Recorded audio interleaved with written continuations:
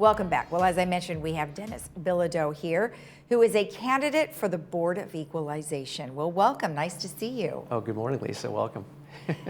So the State Board of Equalization, I think I'm kind of aware of what it does, but tell me a little bit, just give me a little bit of details. You know, that's the first thing everyone asks me. What does the Board of Equalization do? Well, the board was created in 1879 because back then there was only 27 counties instead of the 58 today. Oh. But the tax assessors in the 27 counties, they all did things a little differently. They assessed properties differently. Okay. And back then, the railroads were the big political force in California. Mm-hmm. So the board was created to equalize how tax assessments were done throughout the state, hence the term equalization. Okay. So, and that's how, today we have a 1% property tax levy. Back in 1879, it was whatever that county decided to do. It was it was unequal. Mm-hmm. So the legislature wanted to equalize how tax assessments were done. Oh, okay. So every once in a while, we'll get a piece of paper if you own a home, and it'll give you a tax assessment. Yes. Like they reevaluate what your property is worth, correct? Yes. Yeah. Every year they reassess your property.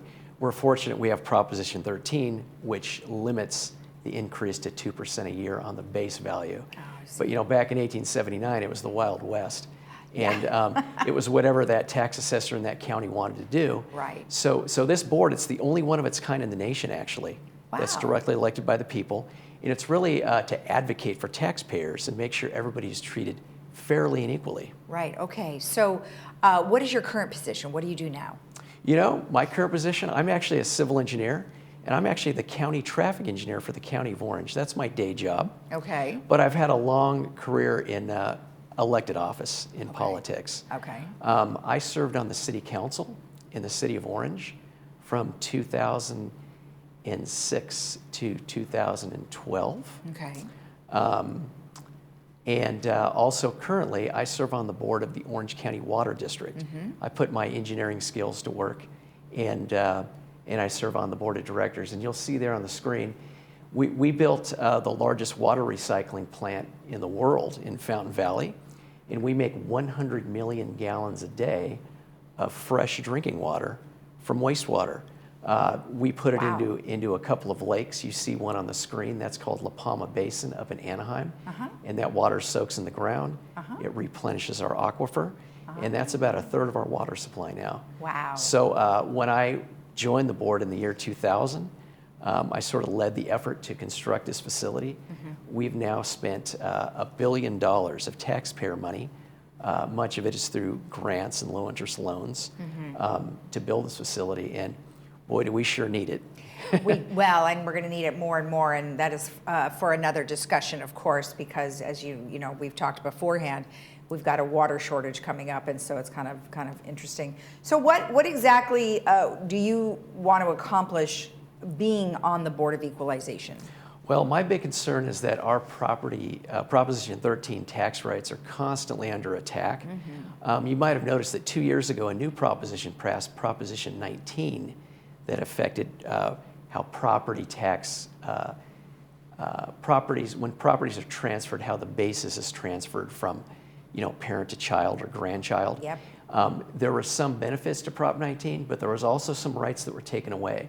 The big right that was taken away was Proposition 58 was wiped out. And what Proposition 58 provided was that you could transfer your residence to a child, and they could keep that low property tax basis without being assessed. The only way that can occur now is if they physically move in to the home. Oh, they have to be a primary residence. They have to physically move in the home. Now, I think about it for my children, and I think, well, they're going to have their own families. They're not going to want to move into my home. So So when my estate passes to them, they're going to have to sell my house, because they're not going to move in my house, and the basis is going to jump tenfold by that time. Exactly. So that's a problem. So I'm working with the Howard Jarvis Taxpayers Association to qualify a ballot measure that's going to restore Prop 58, and it's going to allow us to transfer the basis of our property to our children. Okay. The other thing I should mention is I'm endorsed by Senator Patricia Bates, as well as the Orange Taxpayers Association. Well, that's probably a good thing, especially the tax association, since you're going to be dealing with a lot of that for sure when it Yes. comes to taxes. Well, that's good to know that you've got somebody on the inside who is going to fight for, taxpayers' rights, because, California wants to tax all the time. Oh, And it yes. just seems like they're looking for lots of different ways to do that. Yeah. So So- hopefully you can help. I want my children to grow up here in California. I've seen so many families move away to Texas and Nevada Oh, because yeah. of the taxation here. And I just want to try to bring some rational thought to this Right. board and help. And also, the last thing I would say is the gas tax in California. We have the highest gasoline prices in the nation. Right. And that's a direct reflection of the gasoline taxes. We pay $1.18 per gallon on gasoline tax, and it's going to go up. It's going up July the 1st. The legislature failed to take action to delay the increase, so gasoline prices are going to go up again on July 1st. Right, right. Being on the Board of Equalization, I know we've talked about some of your accomplishments, but do you think it is difficult to be heard in our capital? Well, the good news is that there's only 4 elected members of the Board of Equalization. Okay. And then the 5th member is the state controller, Okay. like the ex officio member. So you actually wield a lot of power because you're a large voice. You represent 25% of the state of California. For instance, the seat I'm running in, it runs from Orange County all the way to the border of Mexico, are the voters that I need to try to get to vote for me. So it's 10 million people. Wow. So it's a bit of a challenge to reach out and Yeah. speak to those people and Sure. contact them and potentially get their support. Gotcha. But I'm doing the best I can, and that's why I'm here today. Well, I appreciate all the information. I think it's one of those seats that we really don't think much about. So Yeah, it's I very appreciate obscure. you explaining it to us. So thank you. Well, and thank of you. course, if somebody wanted to know more about you, they can always go to your website, which Yes. is DenisBilodeau.com. DenisBilodeau.com. Thank you very much Perfect. for having me today. Well, you're welcome and good luck. Thank you. You're welcome.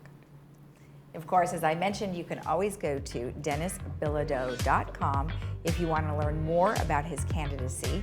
Or maybe we should all just look up Board of Equalization so we know exactly what they do for us. We'll be right back.